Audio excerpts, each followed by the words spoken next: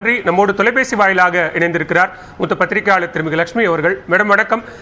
இந்த விவகாரத்தை பொறுத்த வரைக்கும் டாக்டர் அன்புமணி ராமதாஸ் மேடையிலேயே கட்சியினுடைய புதிய அலுவலகத்தில் தன்னை வந்து சந்திக்கலாம் அப்படிங்கிற ஒரு அறிவிப்பை வெளியிடுறார்.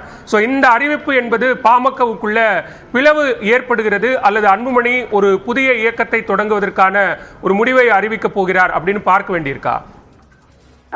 அதாவது இது அப்பாவுக்கும் மகனுக்கும் இடையே இருக்கக்கூடிய இந்த மோதல் அது வந்து ஒரு உள்ளுக்கு இருந்துகிட்டே தான் இருந்திருக்கு, பல வருஷமா இருந்துகிட்டே தான் இருந்திருக்கு. இன்னைக்கு அது வந்து வெளிப்படையாக, அதுவும் ரொம்ப ஓப்பனா, ரொம்ப ஆப்வியஸா தெரியக்கூடிய ஒரு சூழலுக்கு வந்திருக்கு அப்படின்னா இதை புரிஞ்சுக்கணும்னு நான் நினைக்கிறேன். ஆனா இது எப்படி பார்த்தாலும், அதாவது அவரு சீனியர் ராமதாஸா இருந்தாலும் சரி, இல்ல ஜூனியர் ராமதாஸா இருந்தாலும் சரி, யாரோட அப்பாயின்மெண்டா இருந்தாலும் சரி, அது ஃபேமிலிக்கு வேண்டிய ஆட்கள் அப்படிங்கிற மாதிரி தான் அப்பாயின்மெண்ட் இருக்க போகுது. இன்னொன்னு என்னன்னா, பாமகவை பொறுத்த வரைக்கும் எல்லாருமே இப்போ இந்த சமீபத்துல முடிந்த நாடாளுமன்ற தேர்தல்ல கூட எல்லா கேண்டிடேட்ஸுமே 2 பேருக்கும், அதாவது ஃபேமிலிக்கு தேவையான ஆட்கள், அவங்களுக்கு வேண்டியவங்களை மட்டும்தான் கேண்டிடேட்ஸா கூட போட்டாங்க. எல்லா இடங்கள்லயும் அவங்களுக்கு வேண்டிய ஆட்கள், பார்ட்டியில ரொம்ப காலமா இருக்கக்கூடியவர்களுக்கு சில நேரங்கள்ல மரியாதை கிடைக்க மாட்டேங்குது. இது வந்து ஆரம்ப கட்டத்துல இருந்து, அதாவது தலித் எழில்மலை இருந்த காலங்கள்ல இருந்தே இது மாதிரியான நிறைய பிரச்சனைகள் பாமகவுல இருந்துகிட்டே தான் இருந்திருக்கு. இன்னைக்கு அது வந்து ஓப்பனா ஆப்வியஸா வெளியில தெரிஞ்சிருக்கு அப்படின்னு தான் சொல்லணும். இது அடுத்த கட்டமா இது என்ன தாக்கத்தை ஏற்படுத்தும்? ஏன்னா பாமக தேசிய ஜனநாயக கூட்டணியில இடம்பெற்றிருக்கிறாங்க, கூட்டணி ஆட்சிங்கிற ஒரு முழக்கத்தை வைக்கிறாங்க. இன்றைக்கு இந்த சிறப்பு பொதுக்குழுவிலேயே கூட ராமதாஸ் அவர்கள் 50 இடங்கள்ல நம்ம 26 தேர்தலில் வெற்றி பெறணும்லாம் பேசியிருக்காரு. அவங்களுக்கு இலக்கு இருக்கலாம், எந்த ஒரு அரசியல் கட்சிக்கும் ஒரு பெரிய இலக்கு இருக்கும். அந்த பெரிய இலக்கு இருக்கதான் வேணும், அதுல தவறு எதுவும் இருக்க முடியாது. அது அப்பதான் வந்து அது காடாசியும் பார்ட்டியில இருக்கக்கூடிய நிர்வாகிகளையும் அது உற்சாகப்படுத்தும்.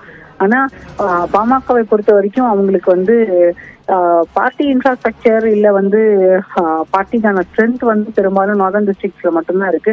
மற்ற பகுதிகளில் அவங்களுக்கு அவ்வளவு ஸ்ட்ரென்த் இல்லை. நீங்க வந்து வெறும் வட தமிழகத்துல மட்டும் பாத்தீங்கன்னா கிட்டத்தட்ட 78 தொகுதிகள்ல இவங்க சொல்வது போல 50 இடங்கள்ல அவங்களுக்கு செல்வாக்கு இருக்கு.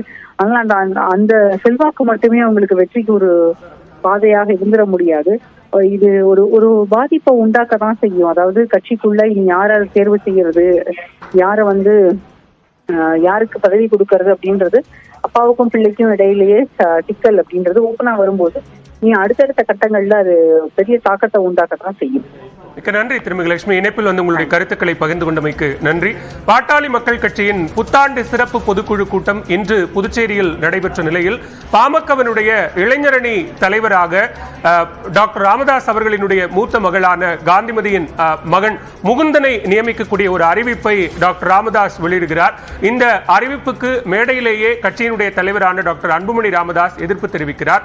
குடும்பத்தில் இருப்பவர்களுக்கே வாய்ப்பு கொடுப்பது என்பது பாமகவை குடும்ப கட்சியாக மாற்றிவிடும் என்கிற ஒரு கருத்தையும் அவர் தெரிவித்த நிலையில், இந்த கட்சியை உருவாக்கியது தான் சொல்வதை கேட்பவர்கள் தான் இந்த கட்சியில் இருக்க வேண்டும் என்கிற காத்திரமான சில கருத்துக்களை டாக்டர் ராமதாஸ் தெரிவித்திருக்கிறார்.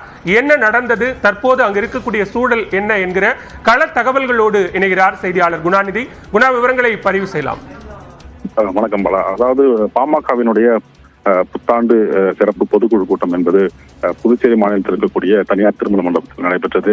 அதாவது இந்த கூட்டத்தில் கிட்டத்தட்ட 30 தீர்மானங்கள் நிறைவேற்றப்பட்டிருந்த நிலையில இந்த பொதுக்குழு கூட்டத்தில் மருத்துவர் ராமதாஸ் மற்றும் அன்புமணி ராமதாஸ் உள்ளிட்ட பலர் வந்து உரையாற்றினாங்க. இறுதியாக அனைவரும் உரையாற்றி முடித்த பிறகு இறுதியாக அதாவது புத்தாண்டு வாழ்த்து கூறிய பாமக நிறுவனர் மருத்துவர் ராமதாஸ் திடீரென பாமகவினுடைய இளைஞரணி தலைவராக முகுந்தனை நியமிப்பதாக மேடையிலேயே அறிவித்தார். இதற்கு மேடையிலேயே அருகில் அமர்ந்திருந்த கட்சியினுடைய தலைவர் அன்புமணி ராமதாஸ் கடுமையாக எதிர்ப்பு தெரிவித்தார். விவரங்களுக்கு நன்றி குணாநிதி. தமிழ்நாடு.